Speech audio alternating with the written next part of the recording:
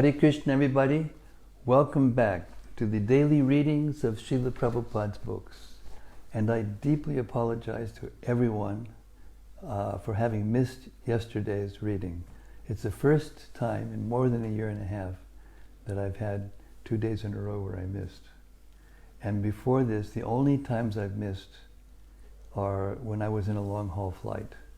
But this long-haul flight, and by the time we got out here, it was just too late. So forgive me for that, but it's really good to be back with you and be back reading the Srimad-Bhagavatam.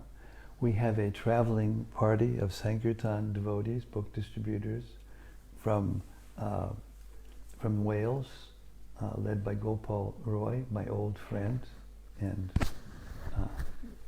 associate, and Radharaman, my old friend from the 1990 in London, where he grew into the Sankirtan leader and then other things, and then here he is still in the game. Long haul, in the game to the end. Okay, so we left off at the 10th canto, 11th chapter of Srimad-Bhagavatam, where we'll take up tonight. But before we do, we want to read Srila Sanatana Goswami's prayer glorifying the Srimad-Bhagavatam. Srimad-Bhagavatam is the Summum, Bonum of existence. It's a Latin phrase, Summum Bonum, that Prabhupada used because he was educated in Calcutta a long time ago when the British were ruling India, and so he learned English at that time, and he uses a lot of very wonderful phrases and words that come from those times, which are quaint now, but very profound. And this summum bonum he used is a very excellent word to describe the Srimad-Bhagavatam, because it's the ripened fruit of all of the Vedic literatures. Put all the Vedic literatures in one place and take all their fruits, and it becomes Srimad-Bhagavatam. So Sanatana Goswami was a senior disciple of Sri Chaitanya Mahaprabhu, and I said many times, he was instructed by Sri Chaitanya Mahaprabhu for a longer period of time than any other person on the planet. And the result, and he empowered him to explain what he explained to him and elaborate on it. And he wrote Priya Bhagavatamrita, he wrote the Hari Bhakti Vilas, and many other books. One of them was the Sri Krishna Lila Stava. He commented on the Bhagavatam, Vaishnav Toshini commentary on Srimad Bhagavatam, and he was, practically speaking, he was his senior disciple. He and Rupa Goswami were on a different level than Ramananda Roy and Swarup Damodar, who were like associates with Lord Chaitanya. And they came new, so they were like, but when Lord Chaitanya met them in Prayag and instructed both Rupa Goswami and Sanatana Goswami, he saw that they were the most qualified. Of course, it was their eternal relationship being awakened, but he thought they were proper recipients of his mercy, so he gave them his full mercy. And with that full mercy, they compiled so many literatures which elaborated on the Srimad Bhagavatam in a way to make it even more accessible to us in this world, in the modern world. So this Sri Krishna Lila Stava was composed by Srila Sanatana Goswami after the Brihat Bhagavatamrita, which was the first book he wrote after Lord Chaitanya instructed him. And this Srimad Bhagavatam Mahima Stotram, the glories of Srimad Bhagavatam, is a excerpt from the Sri Krishna Lila Stava. It's just 5 verses, but if you listen to them very carefully and try to understand deeply the meaning, it will take you somewhere into deeper hearing of the Bhagavatam.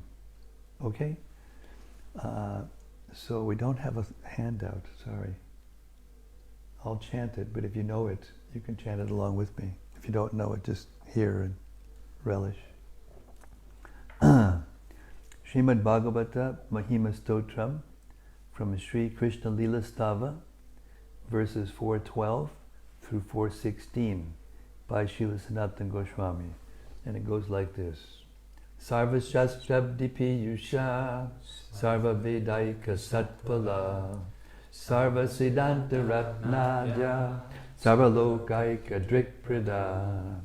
O nectar from the ocean of all scriptures, singular fruit of all the Vedas, rich mine of the precious gems of all conclusive truths, you are the only giver of sight to all the worlds.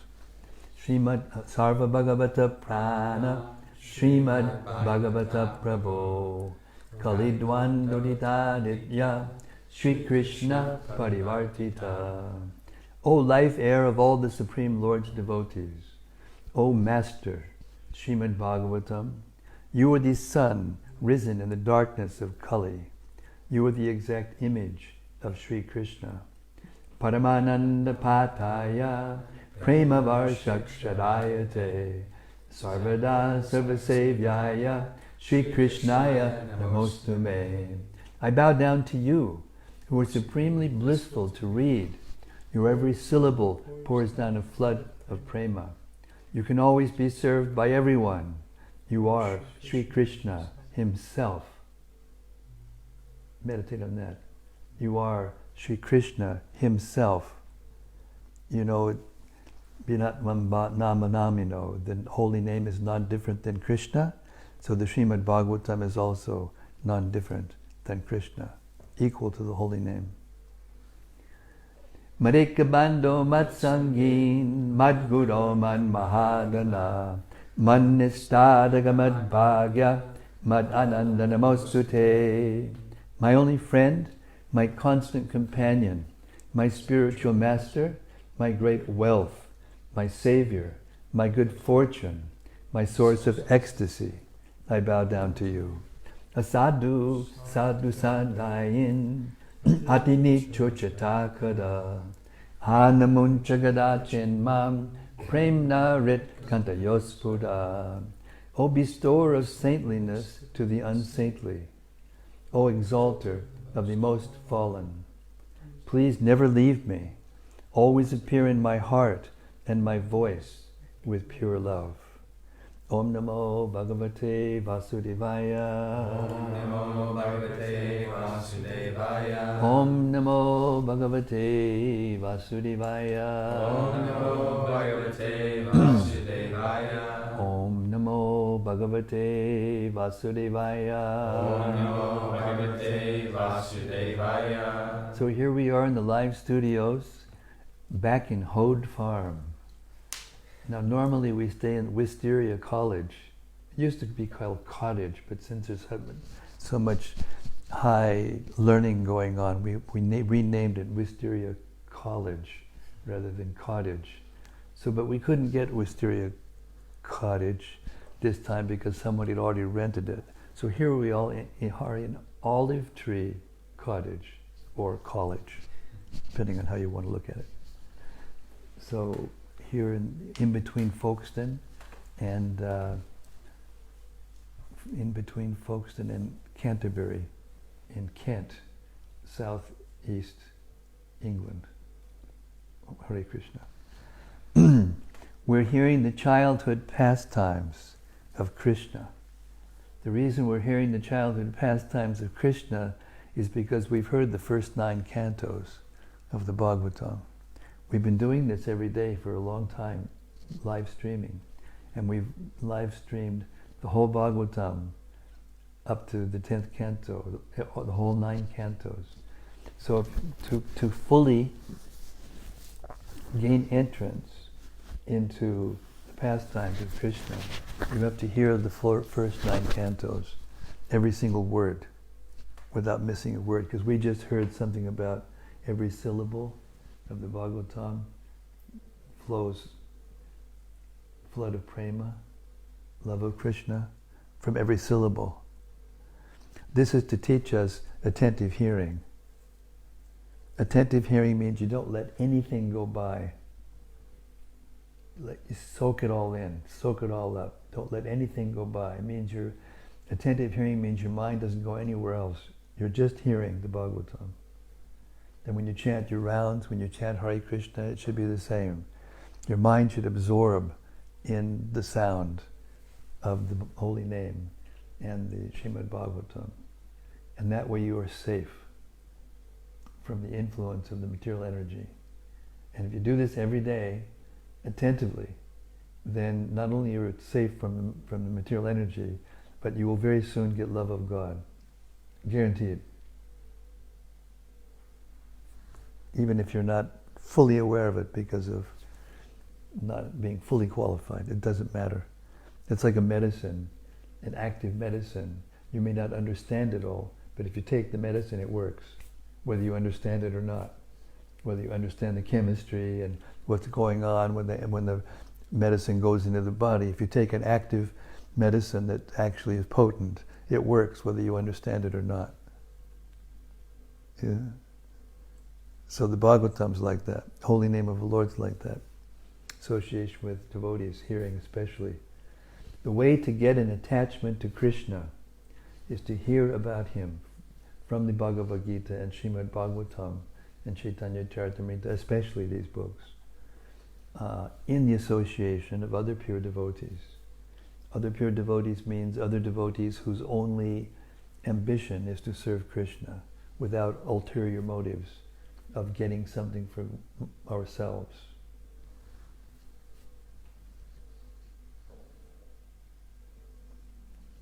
It's okay? It's okay? It's okay? Okay. The childhood pastimes of Krishna, Canto 10, Chapter 11, beginning with text 12.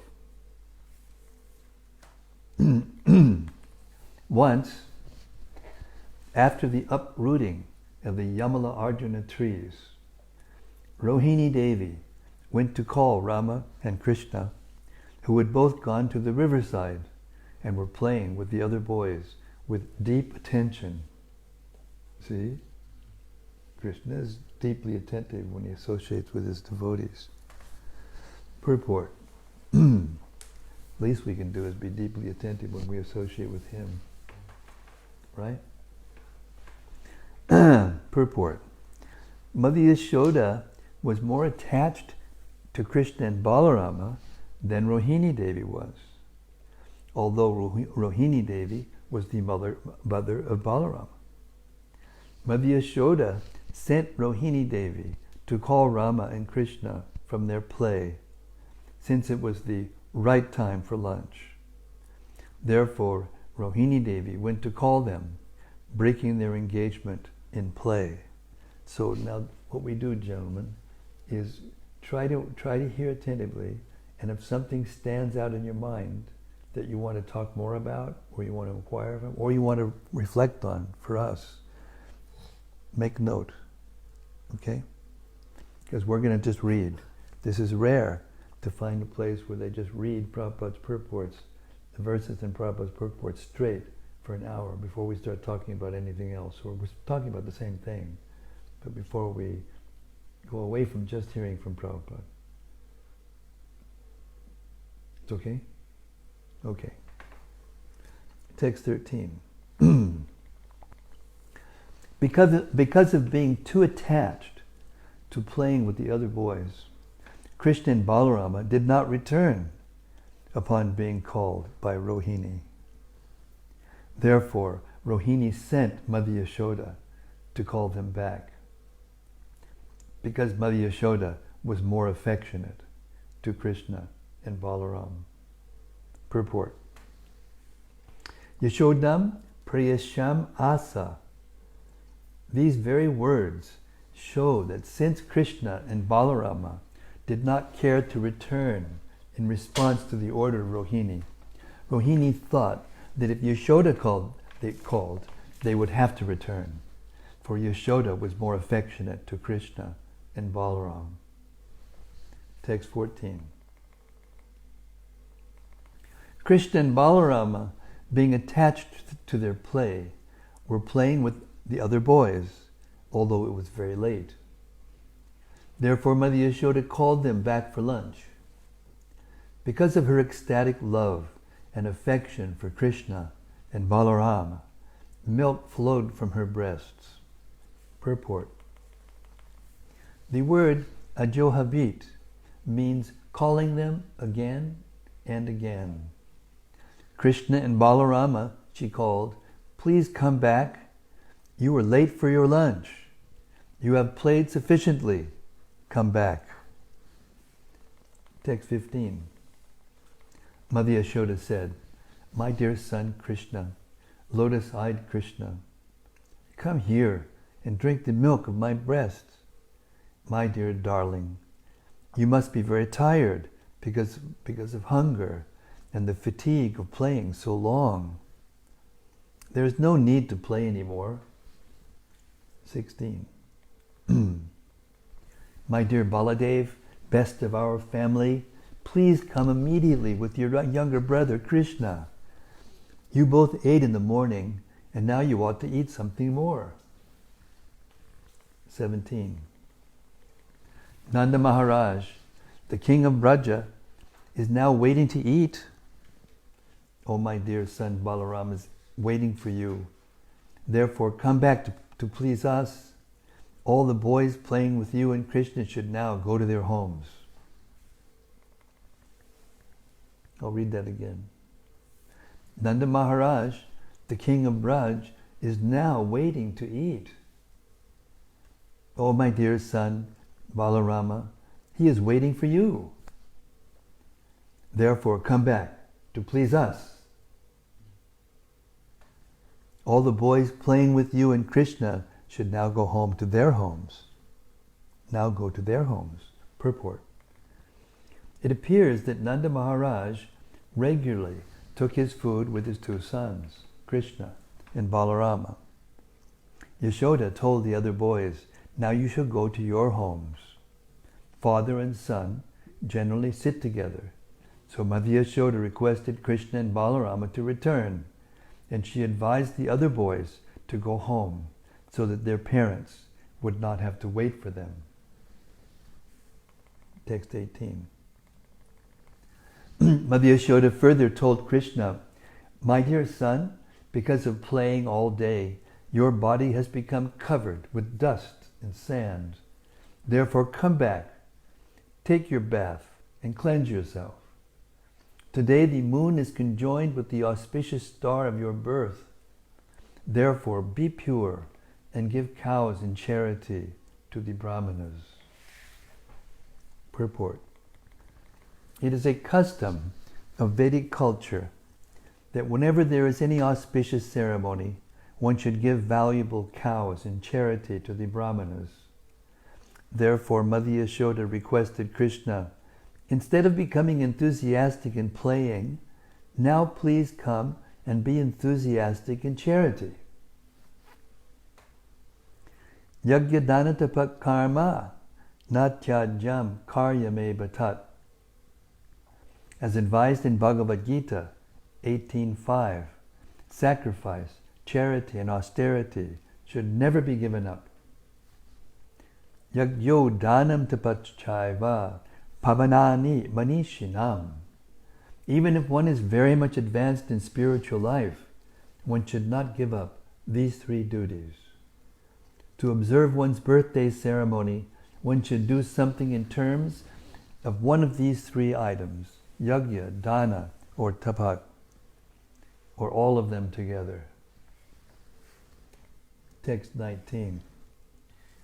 It's his birthday tomorrow, isn't it? Really? Yeah. Should give us some cows in charity. Translation. So different spiritual culture.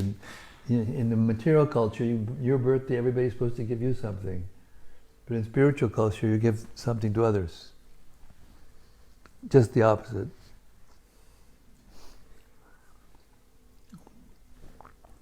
And as Krishna says in the Gita, in the 17th chapter, 16th verse, where he talks about austerities of the mind, the first one is satisfaction. So when we take, our mind becomes dissatisfied. And when we give, our mind becomes satisfied. Even our mothers taught this. I don't know if yours did, but my mother used to try to teach me. Better to give than to receive. Better to give than to receive. Because it feels better, it's better. It's pious, it's religious, it's spiritual. So in the purport to that verse, where the first austerity of the mind is satisfaction, Prabhupada says, you do that by training the mind how to always be doing good for others. So I'm so happy to see all you book distributors who are doing the austerity of traveling around and taking inconvenience just to give Prabhupada's books to others. It's the ultimate charity. Rather than giving cows, you're giving out Prabhupada's books in charity. And even if they give something back, it's fine. It completes the charity. Completes the, if you feel shy asking for a donation for a book, then you tell them, no, this is a sacrifice we're doing here. And if you give, then it completes the sacrifice. And you get the full benefit. But this is for you. You get the full benefit. And when you read this book, it will take you places because of your willingness to reciprocate. So the reason that satisfaction of the mind is an austerity. Because when we think of austerity, we usually think of doing something that is inconvenient in order to get something better in the future. That's austerity. But why is it that satisfaction of the mind is an austerity, is called an austerity by Krishna? Because the mind in the material world, by nature, is dissatisfied. In the material world, the mind is always dissatisfied. As soon as you get something, you don't want it anymore. As soon as you see something, you want it. And in that way, the mind's always dissatisfied.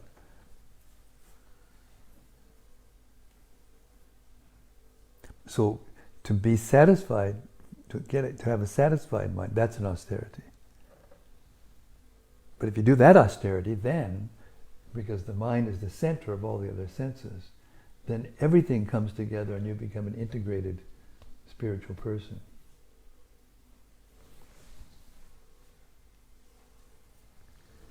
Just see how all your playmates of your own age have been cleansed and decorated with beautiful ornaments by their mothers. You should come here, and after you have taken your bath, eaten your food, your lunch, and been decorated with ornaments, you may play with your friends again. Purport. Generally, young boys are competitive. If one friend has done something, another friend also wants to do something.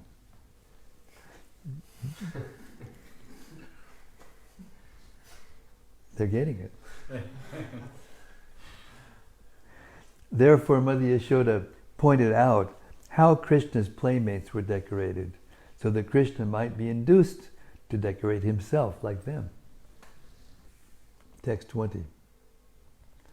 My dear Maharaj Parikshit, because of intense love and affection, Mother Yashoda, Krishna's mother, considered Krishna, who was at the peak of all opulences, to be her own son. Thus she took Krishna by the hand, along with Balarama, and brought them home, where she performed her duties by fully bathing them, dressing them, and feeding them. Purport. Krishna is always neat and clean and opulent, and does not need to be washed, bathed, or dressed.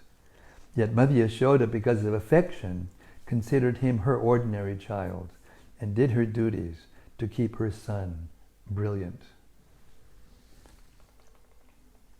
Text 21. Sri Shukadev Goswami continued, then one time, having seen the great disturbances in Brihadvana, all the elderly persons among the cowherd men, headed by Nanda Maharaj, assembled and began to consider what to do to stop the continuous disturbing situations in Braj. Remember? First Putana came, tried to kill Krishna. Trinavarta came. Shakatasura came. Like that. So many disturbances were happening. So now the elders are getting together to decide what to do.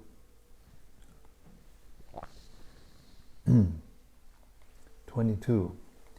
At this meeting of all the inhabitants of Gokula, a cowherd man named Upananda, who was the most mature in age, in knowledge, and was very experienced, according to time, circumstances, and country, made this suggestion for the benefit of Rama and Krishna. 23. He said, "My dear friends, the cowherd men, in order to do good to this place, Gokula, we should leave it. Because so many disturbances are always occurring here just for the purpose of killing Rama and Krishna." You remember? When Kamsa found out that Krishna, from Narada Muni, he found out that Krishna is actually somewhere, he's been born somewhere else, just waiting, planning how to kill you. Then Kamsa went to his advisors and they decided to kill all the children that had been born within a specific time, within a specific area. So he was sending out all these demoniac persons who were not ordinary, they were big yogis and yoginis. They had the power to change their form, to become small, to become big, to do whatever they liked with the mystic power they could. He was not ordinary. And so far, each one of them had been killed. But Kamsa isn't aware yet of what's happening because they didn't go back to report. They just disappeared like Krishna's grace.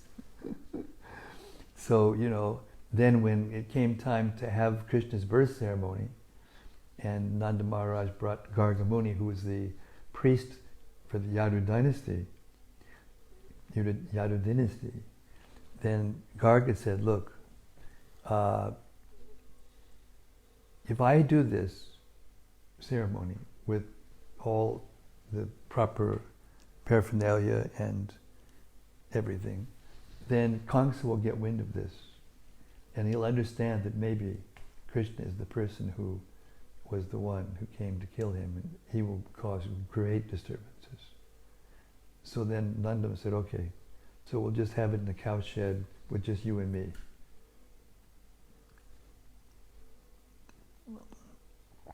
So now, after all these things happened, they're deciding to leave.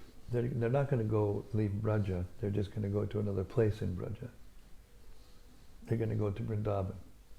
And then from there they'll go to Nandagram, the eternal home of Nanda Maharaj, Krishna. Text 24.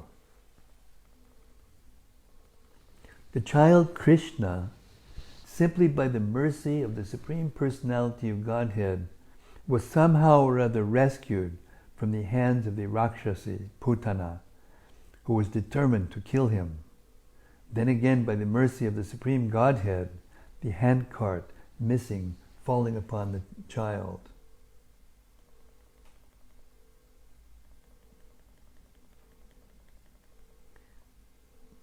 "25. Then again the demon, Trinavarta, in the form of a whirlwind, took the child away into the dangerous sky to kill him. But the demon fell down onto a slab of stone.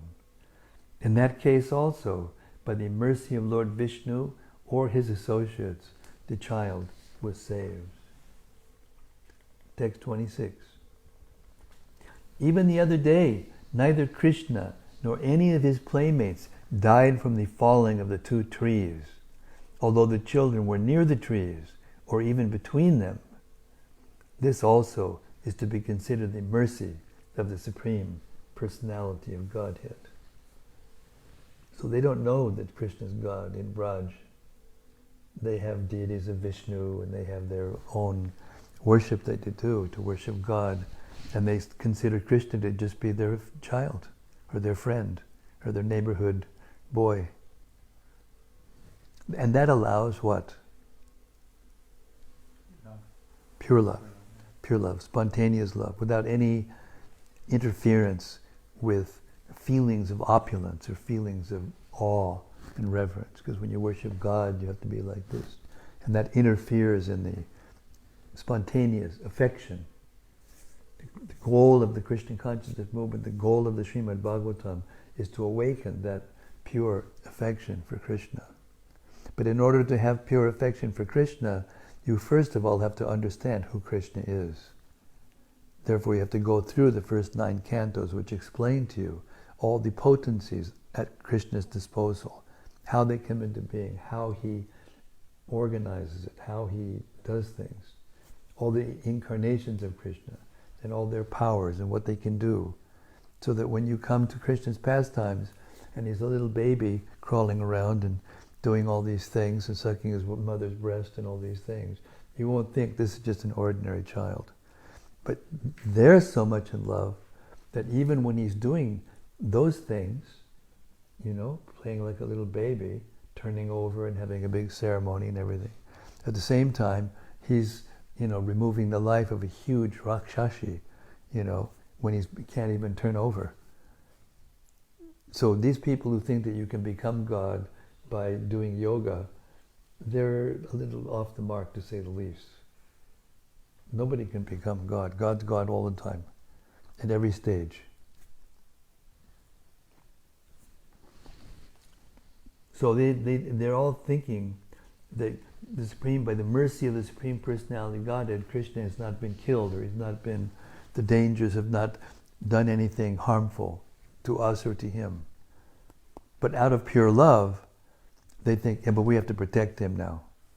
And we have to protect the people of this place. Let's go another place. That's one of the reasons why Krishna didn't come back after he left Braj.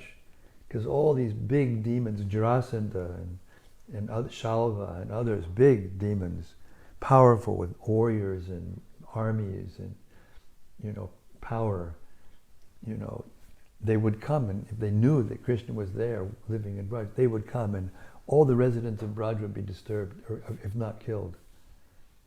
So Krishna is always trying to protect his pure devotees, especially those with spontaneous love. Text 27. All these incidents are being caused by some unknown demon. Before he comes here to create another disturbance, it is our duty to go somewhere else with the boys until there are no more disturbances. Purport. Upananda suggested, by the mercy of Lord Vishnu, Krishna has always been saved from so many dangerous incidents. Now let us leave this place and go some place where we may worship Lord Vishnu undisturbed, before there is another cause of death from some demon who may attack us. A devotee desires only that he may execute devotional service undisturbed. Actually, we see, however, that even during the presence of Krishna, when Nanda Maharaj and the other cowherd men had the Supreme Personality of Godhead in their presence, there were disturbances. Of course, in every case, Krishna came out victorious. The instruction we may derive from this is that we should not be disturbed by so-called disturbances. Shall I repeat that? Nobody will mind? Permission? It's okay? It's okay? Okay. Actually, we see, however, that even during the presence of Krishna, when Nanda Maharaj and the other cowherd men had the Supreme Personality of Godhead in their presence, there were disturbances. Of course, in every case, Krishna came out victorious. The instruction we may derive from this is that we should not be disturbed by so-called disturbances. So this means that we shouldn't expect that there won't be disturbances. In the Gita, Krishna says many times, as a matter of fact, it's one of the most common instructions of the Gita, to be equipoised in the face of heat and cold and happiness and distress, fame and infamy, gain or loss. He never says that there won't be distress. He never says there won't be disturbances. But he says you shouldn't be disturbed by them. If we think that I'm Krishna conscious, now there shouldn't be any disturbances, and when there is a disturbance, I'll go away because that means Krishna consciousness must not work. But that's not the idea.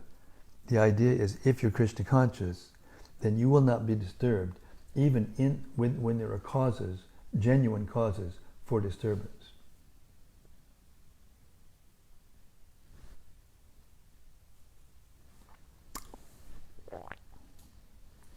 Now let us leave this place and go someplace where we may worship Lord Vishnu undisturbed.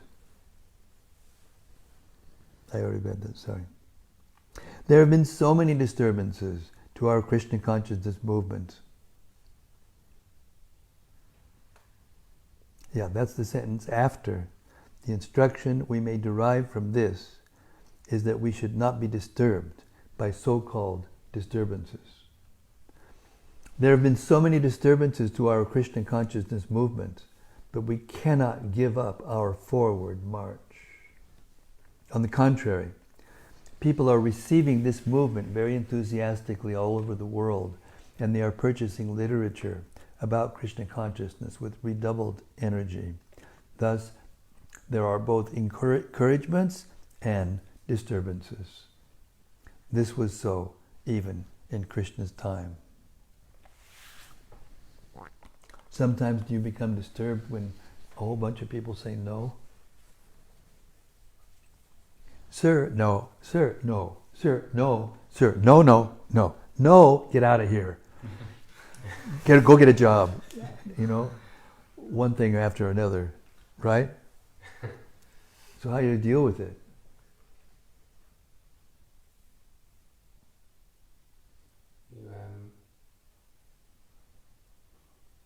You just try to respond in a favourable way or offer them respect. Specifically, you should say, thank you very much. Stick out your hand, shake his hand, look him in the eye, pat him on the arm, and say, it was a pleasure to meet you.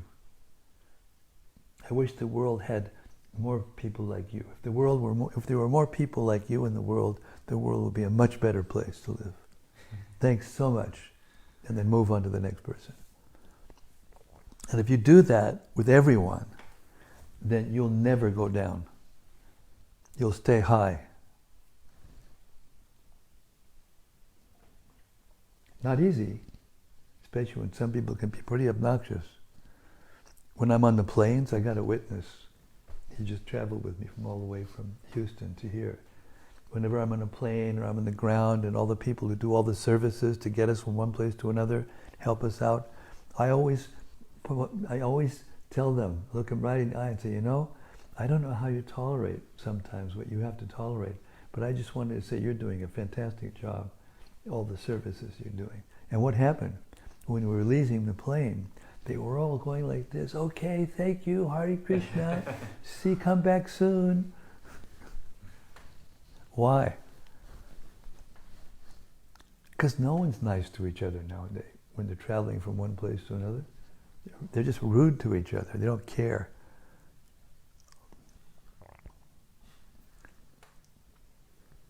So that's the way to stay high in Sankirtan, to care. Actually care. Even if they act like a rude, you just thank you so much. It's such a nice to meet you today. Maybe we'll see you another time.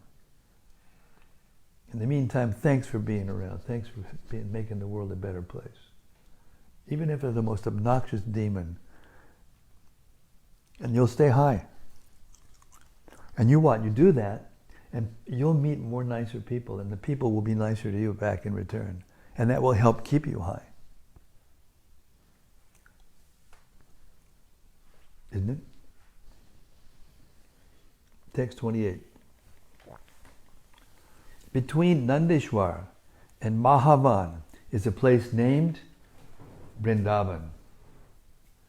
This place is very suitable because it is lush with grass, plants, and creepers for the cows and other animals. It has nice gardens and tall mountains and is full of facilities for the happiness of all the gopas and gopis and our animals. Purport. Vrindavan is situated between Nandeshwara and Mahavan. Formerly, the cowherd men had shifted to Mahavan, but still there were disturbances. Therefore, the cowherd men selected Vrindavan, which was between the two villages, and decided to go there. Text 29. Therefore, let us immediately go today. There is no need to wait any further. If you agree to my proposal, let us prepare all the bullock carts and put the cows in front of us, and let us go there. Text 30. Upon hearing this advice from Upananda, who was the brother of Nanda, the cowherd men unanimously agreed. Very nice, they said. Very nice. Thus they sorted out their household affairs, placed their clothing and other paraphernalia on the carts, and immediately started for Vrindavan. Text 31 and 32. Keeping all the men, women, children, and household paraphernalia on the bullock carts, and keeping all the cows in front, the cowherd men picked up their bows and arrows with great care and sounded bugles made of horn. O King Parikshit, in this way, with bugles vibrating all around, the cowherd men, accompanied by their priests, began their journey. Purport. In this connection, it is to be noted that although the inhabitants of Gokula were mostly cowherd men and cultivators, they knew how to defend themselves from danger and how to give protection to the women, the old men, the cows, and the children, as well as to the Brahminical Purohits. 33. The cowherd women, riding on the bullock carts, were dressed very nicely with excellent garments, and their bodies, especially their breasts, were decorated with fresh kumkum powder. As they rode, they began to chant with great pleasure the pastimes of Krishna. 34. Thus, hearing about the pastimes of Krishna and Balarama, with great pleasure, Mother Yashoda and Rohini Devi, so as not to be separated from Krishna and Balarama for even a moment, got up with them on the bullock cart, on one bullock cart. In this situation, they all looked very beautiful. This is why Yashoda is considered to have more love for Nanda Maharaj than for Krishna, than Nanda Maharaj. Because the mother, they stay with the children all the time. Now this culture that's developing in the West, and even spreading all over the world, is taking the mothers away from the children. But in those days, the women would stay with the children all the time, and therefore they were very close. They developed very close affection and very close bond, relationship, loving relationship. So for that reason, Mother Yashoda is considered to have the most intimate relationship with her, except for Radharani. Radharani has the most intimate relationship with Krishna, but except for her, Mother Yashoda has the most intimate relationship. And even sometimes, some devotees think that Mother Yashoda had even more intimate relationship because Radharani couldn't be with Krishna all the time. But Yashoda was with him all the time. It appears that Mother Yashoda and Rohini could not be separated from Krishna and Balarama for even a moment. They used to pass their time either by taking care of Krishna and Balarama or by chanting about their pastimes. Thus Mother Yashoda and Rohini looked very beautiful. Text 35. So if you become affectionate to Krishna and if you serve him all the time, you will become very beautiful. In this way they entered Vrindavan, where it is always pleasing to live in all seasons. They made a temporary place to inhabit by placing their bullock carts around them in the shape of a half moon. Purport. As stated in the Vishnu Purana, Shakati Vataparyantash Chandrarda Karasamstite, and as stated in the Harivangsha, Vishnu Parva 922, Kantakibik Prabhidabis Tata Kantakibir Jumahi Nikatoch Chitashakabir Agiguptam Samantataha. There was no need to make fences all around. One side was already defended by thorn trees, and thus the thorn trees, the bullock carts, and the animals encircled the inhabitants in their temporary residence. Text 36. O King Parikshit, when Rama and Krishna saw Vrindavan, Govardhan, and the banks of the river Yamuna, they both enjoyed great pleasure. So there's 12 forests in the Braj Mandala, Mathura district, Braj Mandala, and Vrindavan is one of those forests. And it's one of the largest forests. It reaches from Yamuna around Vrindavan all the way to Nandagram, Varshana, and Govardhan. That area, that's all called Vrindavan forest. Text 37. In this way, Krishna and Balaram, acting like small boys and talking in half-broken language, gave transcendental pleasure to all the inhabitants of Braja. In due course of time, they became old enough to take care of the calves. Purport. As soon as Krishna and Balarama were a little grown up, they were meant for taking care of the calves. Although born of a very well-to-do family, they still had to take care of the calves. This was the system of education. Those who were not born in Brahmana families were not meant for academic education. The Brahmanas were trained in a literary academic education. The Kshatriyas were trained to take care of the state. And the Vaishyas learned how to cultivate the land and take care of the cows and calves.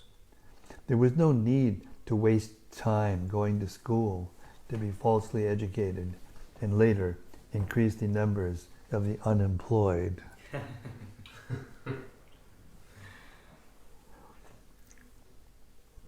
So now the culture, everybody's got to go to university. If they don't, you're like a nobody and you're, considered worthless, useless. But now the cities all over the world are filling up with homeless people. Many of them which have education. Because higher education is not meant for everybody. Only a few. So artificial. What's happening now in the world is so artificial.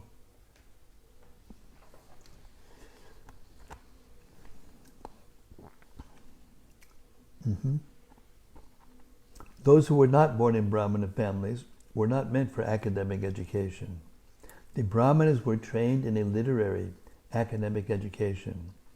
The Kshatriyas were trained to take care of the state, and the Vaishyas learned how to cultivate the land and take care of the cows and calves. There was no need to waste time going to school to be falsely educated and later increase the numbers of the unemployed. Krishna and Balaram taught us by their personal behavior. Krishna took care of the cows and played his flute, and Balaram took care of agricultural activities with the plow in his hand. Text 38. Not far away from their residential quarters, both Krishna and Balaram, equipped with all kinds of playthings, played with other cowherd boys and began to tend the small calves. 39:40. Sometimes Krishna and Balarama would play on their flutes. Sometimes they would throw ropes and stones devised for getting fruits from the trees. And sometimes they would throw only stones, and sometimes their ankle bells tinkling, they would play football with fruits like bale and amalaki. Sometimes they would cover themselves with blankets and imitate cows and bulls and fight with one another, roaring loudly. And sometimes they would imitate the voices of the animals. In this way they enjoyed sporting, exactly like two ordinary human children. Purport. Vrindavan is full of peacocks. Kujet koki lahang sasada sagana kirne mayurakule. The Vrindavan forest is always full of cuckoos, ducks, swans, peacocks, cranes, and also monkeys, bulls, and cows. So Krishna and Balarama used to imitate the sounds of these animals and enjoy sporting. Text 41. One day, while Rama and Krishna, along with their playmates, were tending the calves on the bank of the river Yamuna, another demon arrived there, desiring to kill them. 42. When the Supreme Personality of Godhead saw that the demon had assumed the form of a calf and entered among the groups of other calves, he pointed out to Baladev, "Here is another demon."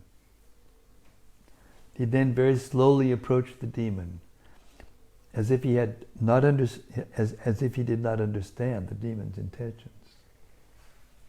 Purport. The import of the words Mugdha Iva is that although Krishna knows everything, here he pretended that he did not understand why the demon that had entered among the calves, and he informed Baladev by a sign. Text 43. He's like this.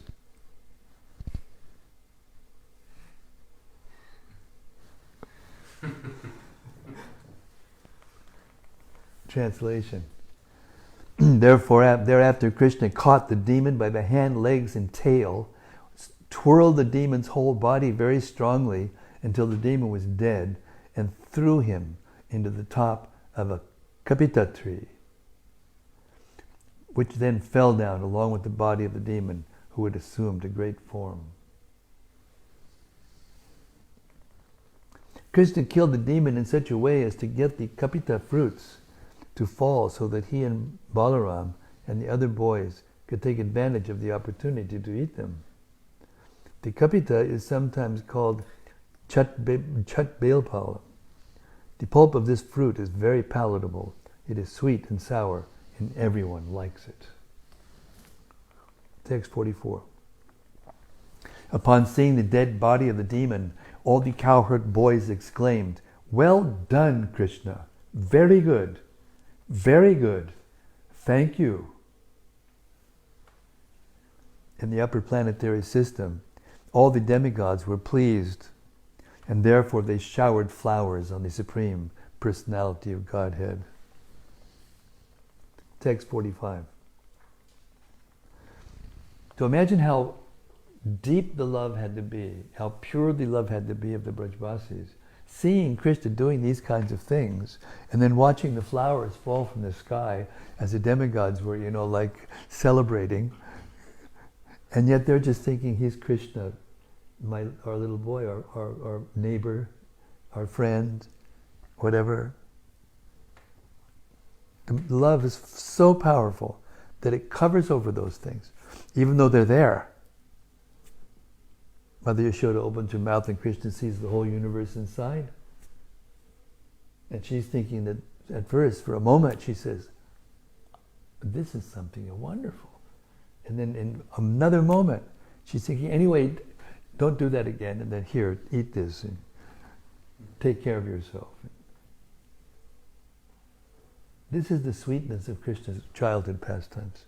They're the sweetest because they're so innocent and so personal and so charming.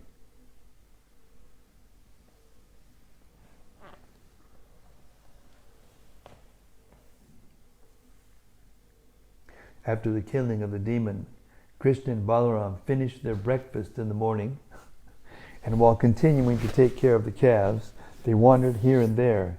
Krishna and Balaram, the Supreme Personalities of Godhead, who maintain the entire creation, now took charge of the calves, as if cowherd boys. And this was their day. There was a demon, they killed him. Okay, it's time for lunch. Okay. Then they would have lunch, and they go out again, kill a demon. Okay, time to go home. All right. And then they would go home.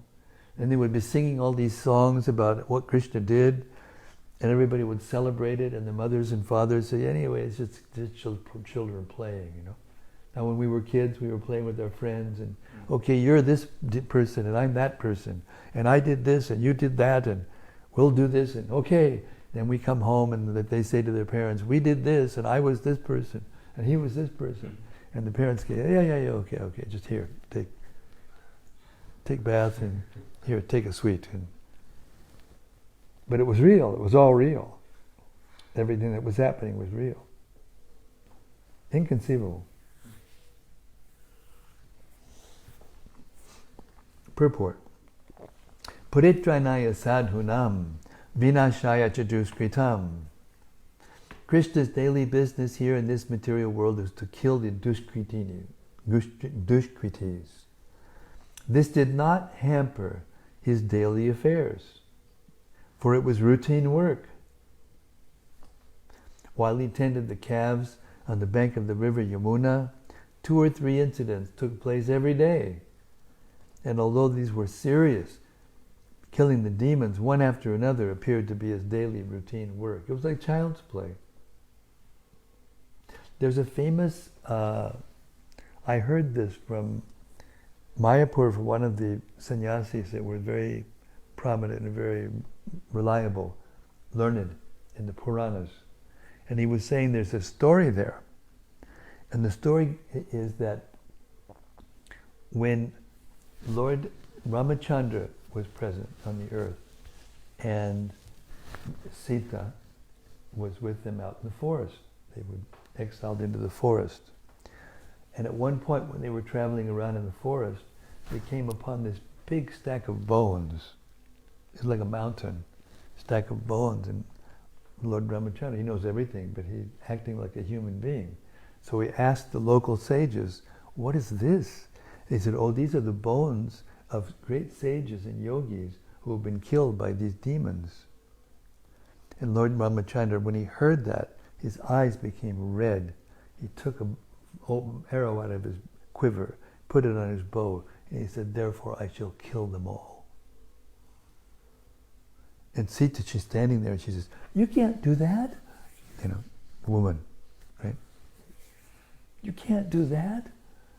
And he said, sorry, it's just when I say something, it has to happen. That's just the way I am. So, sorry, it's too late.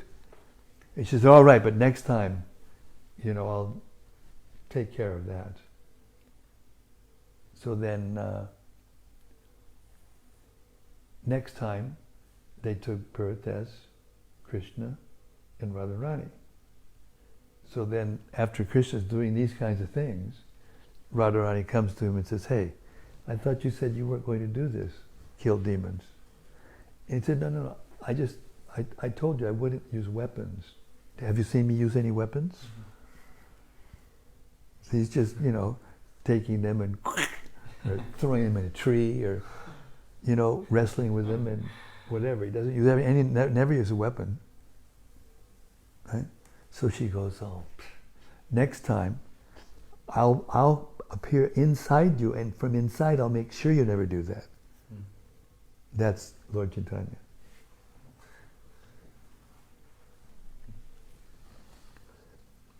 So killing the demons one after another appeared to be his daily routine work. Text 46. One day all the boys, including Krishna and Balaram, each boy taking his own group of calves, brought the calves to a reservoir of water, desiring to allow them to drink. After the animals drank water, the boys drank water there also. Text 47. Right by the reservoir, the boys saw a gigantic body resembling a mountain peak, broken and struck down by a thunderbolt. They were afraid even to see such a huge living being.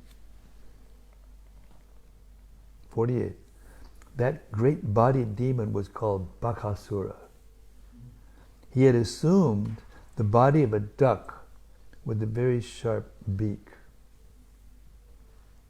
Having come there, he immediately swallowed Krishna. When Balaram and the other boys saw that Krishna had been devoured by the gigantic duck, they became almost unconscious, like senses, without life. Purport. Although Balaram can do everything, because of intense affection for his brother, he was momentarily bewildered. A similar thing is stated to have happened in connection with Rukmini Harana, the kidnapping of Rukmini. When Krishna, after kidnapping Rukmini, was attacked by all the kings, Rukmini was momentarily bewildered until Krishna took the proper steps. Text 50. Krishna, who was the father of Lord Brahma, but who was acting as the son of a cowherd man, became like fire, burning the root of the demon's throat. And the demon Bakasura immediately disgorged him. When the demon saw that Krishna, although having been swallowed, was unharmed, he immediately attacked Krishna again with his sharp beak. Purport. Although Krishna is always as soft as a lotus, within the throat of Bakasura, he created a burning sensation of being hotter than fire. Although Krishna's whole body is sweeter than sugar candy, Bakasura tasted bitterness and therefore immediately vomited Krishna up. As stated in Bhagavad Gita 4.11, Ye yatam mam prapadyante tangs tataiva vajamyaham. When Krishna is accepted as an enemy, he becomes the most intolerable object for the non-devotee, who cannot tolerate Krishna within or without. Here, this is shown by the example of Bakasura. Text 51. When Krishna, the leader of the Vaishnavas, saw that the demon Bakasura, the friend of Kamsa, was endeavoring to attack him, with his arms he captured the demon by the two halves of the beak, and in the presence of all the cowherd boys, Krishna very easily bifurcated him as a child splits a blade of virana grass. Remember we were children? Make the grass, put it between our things, go ooh, ooh, and made a sound, and then tore it. It's all coming from Krishna. Krishna's childhood pastimes. All the things we used to do when we were boys.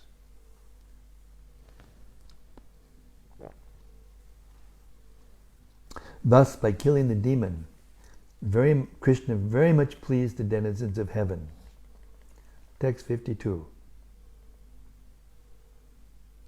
At that time, the celestial denizens of the higher planetary system, showered Malika Pushpa, flowers grown in the Nandana Kanana, upon Krishna, the enemy of Bakasura. They also congratulated him by sounding celestial kettle drums and conch shells and by offering prayers. Seeing this, the cowherd boys were struck with wonder.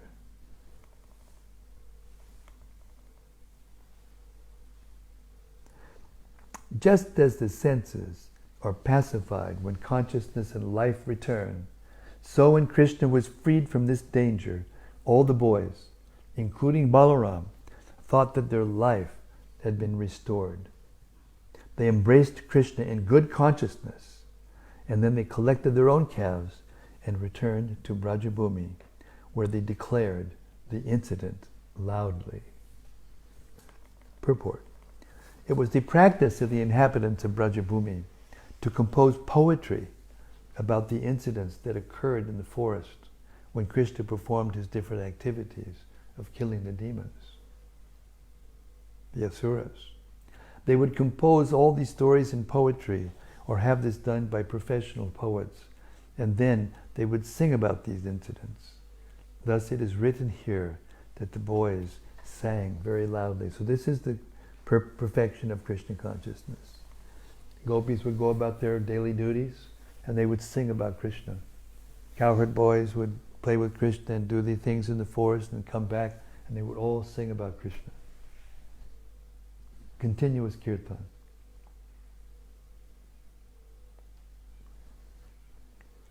We'll stop there. Hare Krishna. That's the reading for nights.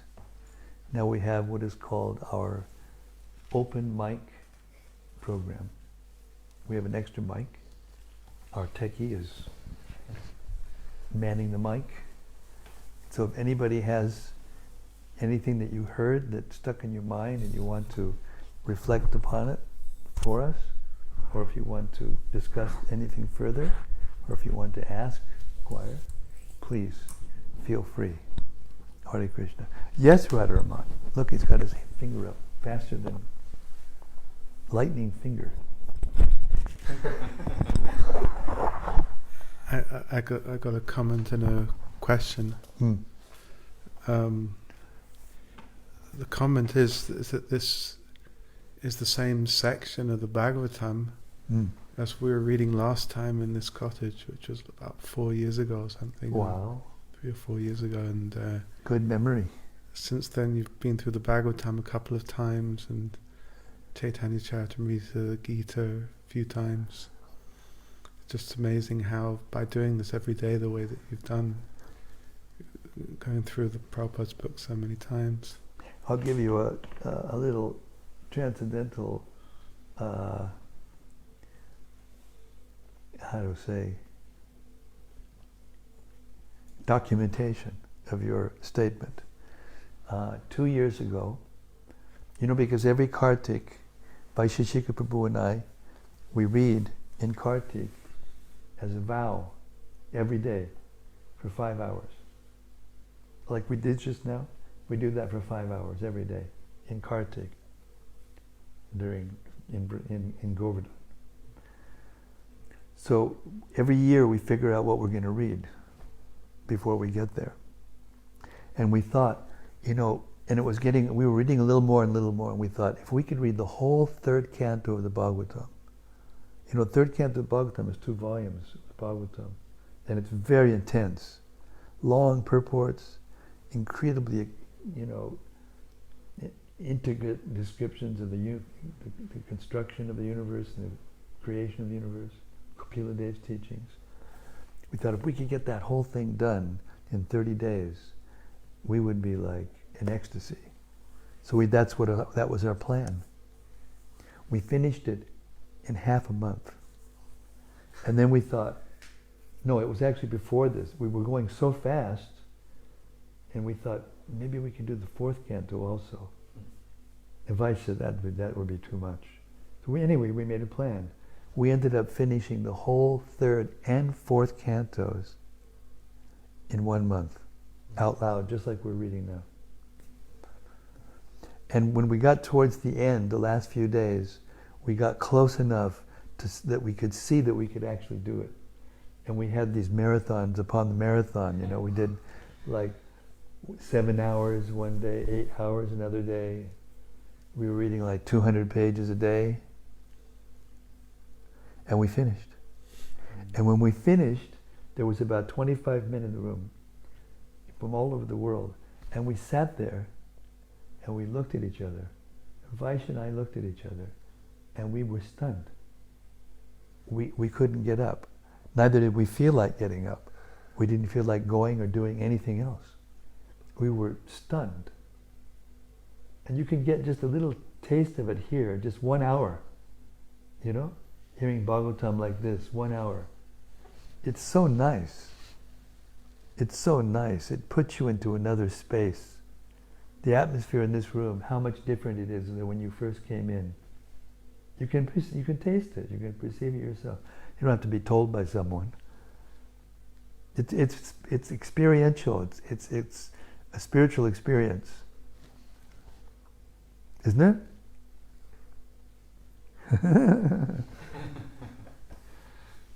Anyway, so then during the thing he was amazed, and he would take the book out, and he would go like this.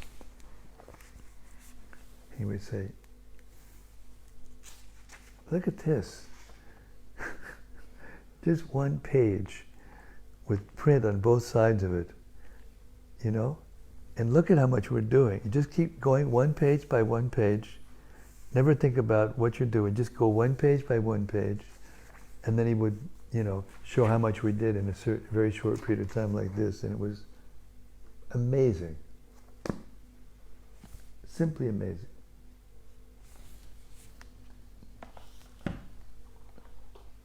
Anandam Buddhi Vardhanam, Krishna. The book's non-different to Krishna, and you read like this, and Krishna appears to you in different ways according to our capacity. Not the same to everybody, but according to our capacity, Krishna will show himself. Sorry, I didn't mean to interrupt you. It's even more amazingly, it wasn't 4 years ago, it was only 3 years ago. And on the third Bhagavatam reading since then, Yeah. as well as having read Chaitanya Charitamrita, the Gita several times. It's incredible. And the question was or is, Prabhupada says in the last purport, it was the practice of the inhabitants of Brajbhumi to compose poetry about the incidents that occurred in the forest when Krishna performed his different activities of killing the asuras. Prabhupada makes a similar comment to that I think it was in the 9th chapter. Are we to understand that's why the acharyas like Bhaktivinoda Thakur compose these different songs about the incidents? Absolutely. Absolutely. It's the highest intellectual use of the intelligence. Even though they're simple songs talking about simple activities, they're the highest philosophy, most intellectual philosophy. They give the deepest knowledge, the deepest understanding, the deepest satisfaction to the intelligence and to the soul.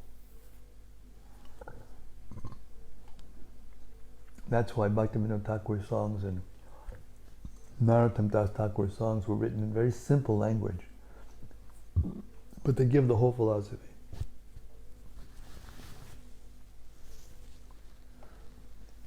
So these were cowherd men and cowherd women, simple village people, and yet they were composing these songs about Krishna.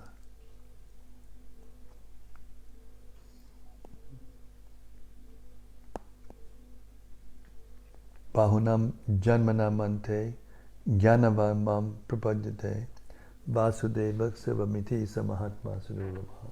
After many, many births of trying to understand, jnanavan mam prapadyate, trying to understand, philosophy and high spiritual, scriptures, philosophical scriptures, then you come to the point, vasudeva sivamiti. That's the goal of philosophy, the goal of science, it's the goal of everything. So whether we can perceive it or not, or to the degree that we are pure, then we can perceive while we sit and read Prabhupada's books that we are actually associating with Krishna. And it's not an academic exercise. You can't understand this through academic exercise. It's knowledge given directly from the heart, by Krishna through the heart. Tenhe Brahmarida Yari Kavaye. He informed Brahma about how to create the universe from within his heart.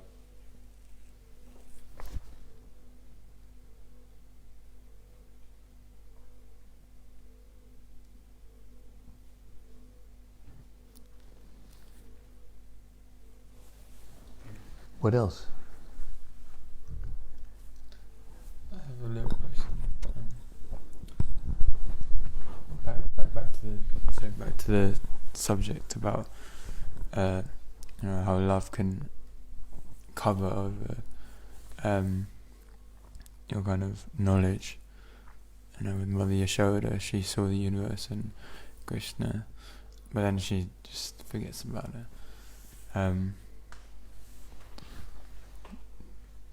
Maybe I'm trying to understand it like academically, but I was just wondering, like, how can that happen? Like, is it covers the intelligence? Is it so intense, or? Well, how it can happen is that Krishna causes it to happen. And Krishna can do anything. Jiva Goswami says, unless you actually accept Krishna to be inconceivable, the inconceivable nature of Krishna, unless you accept it, then you can't actually understand God, and you can't actually understand anything, actually. So the answer is that Krishna can do anything. He can do whatever he wants.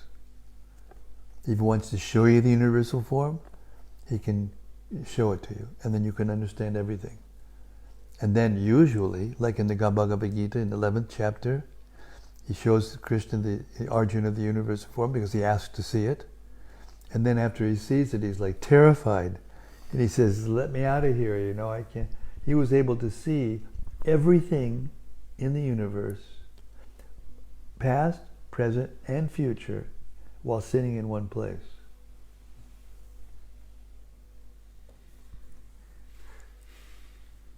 Now the intelligence naturally says, how is that possible?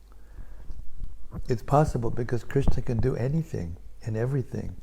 And in the Gita, in another place, he says, Vedaham samatitani, vartamanani charjana, bhavishana, bhavishani chabhutani, mam tu vedani kashchana. He says, I know everything that has happened in the past, all things that are happening now, and all things that are happening in the future. How that works, I'll tell you how it works. In the 11th canto of Srimad-Bhagavatam, I think it's in the Uddhava Gita, where Krishna is explaining the whole thing to Uddhava. He again repeats the Bhagavad Gita, but he explains it with more detail to Uddhava, after everything had happened, 10th canto. And the mind, the subtle energy, the subtle body, records all the impressions that the senses take in while you're in the material world. So then it creates a spool of desires. And then when it comes time for you to take your next body, according to the mentality you have at the end of this body, then the spool just goes, whoo, and there you are in your next body. And it's already planned out what you're going to do. It's already there within the subtle energy. So the whole universe is like that, actually. The Vedas are actually transcendental sound, eternal transcendental sound that is co-eternal with Krishna. Do you know the Gita? Anybody? Karma brahmod bhavam bidi, brahmakshara samud bhavam, tasmat sarvagatam brahma, nityam jagye patishtatam. You know the verse? It comes right after Anad Bhavanti Bhutani. You know that verse? Anad Bhavanti Bhutani.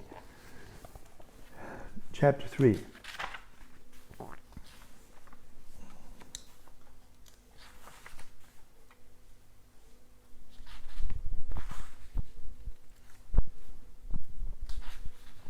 Yeah. Chapter 3:14. Anad Bhavanti Bhutani Parjanan Anasambhava. That's the one that says that, every living being subsists on food grains comes from rain, and rain comes from sacrifice. Right? You know the principle in English. So the next verse, and this is an important point, sometimes very, very important verses or very well-known popular verses, there's a verse in either before it or after it that explains the purpose of the verse. And unless you learn the verses right around these very important verses, you can't actually contextualize them. And therefore your understanding of them won't go as deep as they could. So listen to this verse, which is the verse I just quoted to you. Karma brahmodbhavam vidhi. Brahmakshara samudbhavam. Tasmat sarvagatam brahma. Nityam jagye pratishtitam. Regulated activities are prescribed in the Vedas.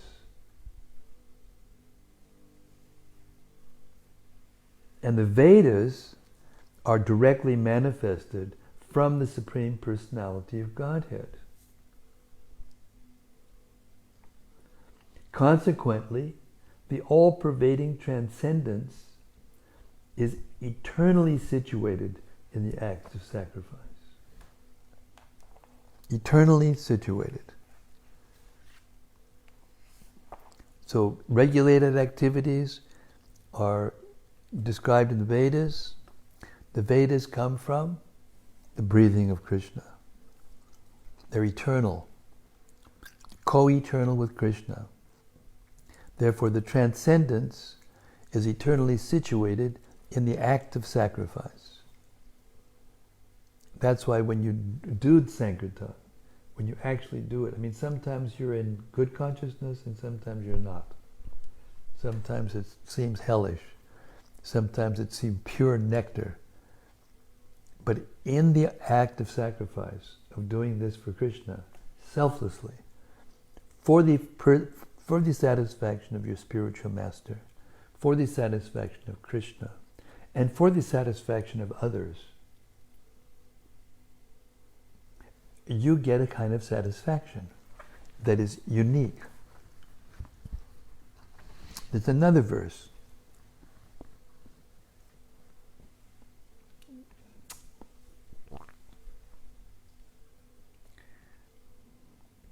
It's in the 4th chapter. I can't remember the first word. Do you remember the first word? Do you remember the first words? No, you don't. It's right after that series of verses which describes all the different kinds of sacrifice. Oh, man.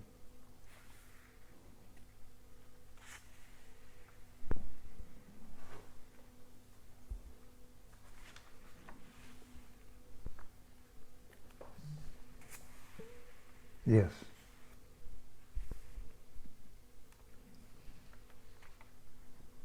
Sarve pyete jagivido. Sorry, I forgot the first word. Sarve pyete jagivido. Jagya chapita kalmasha. Jagya shist amrita bhuja. Amrita means Amrita. Amrita means nectar. Sarve jag amrito. Jagya amrito. There's nectar in the sacrifice. Sarve pyete jagyavido. Jagya, those who know what sacrifice is. Jagya chapita. Chapita means to cut off or to. Jagya chapita kalmasha. Kalmasha means dirty things, bad things. Jagya shist amrita bhujo. There's nectar in that sacrifice.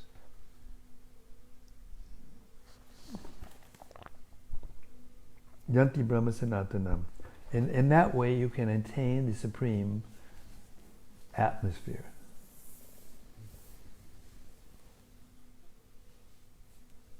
That's why you're doing Sankirtan. Simultaneously for you and for everyone else and for Krishna.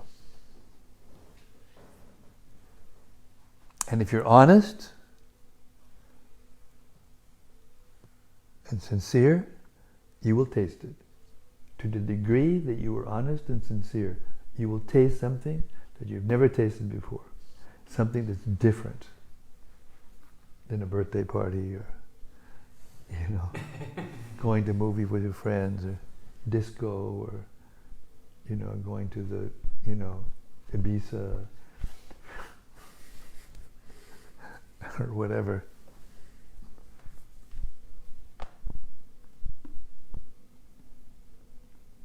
Therefore, it doesn't make any sense not to do this.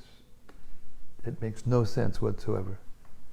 And on top of all that, when you go out every day and distribute these books, and you see the difference between a devotee and a non-devotee, it just increases your realization, increases your conviction, increases your understanding, and it fixes you up. Nothing fixes you up like going out and trying to give Prabhupada's books to others.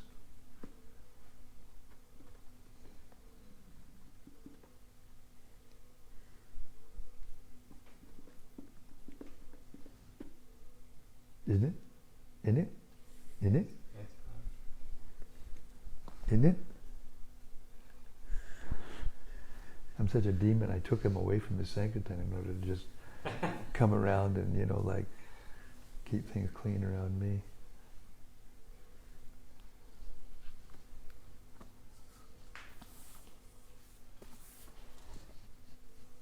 Read the books, boys, that you distribute.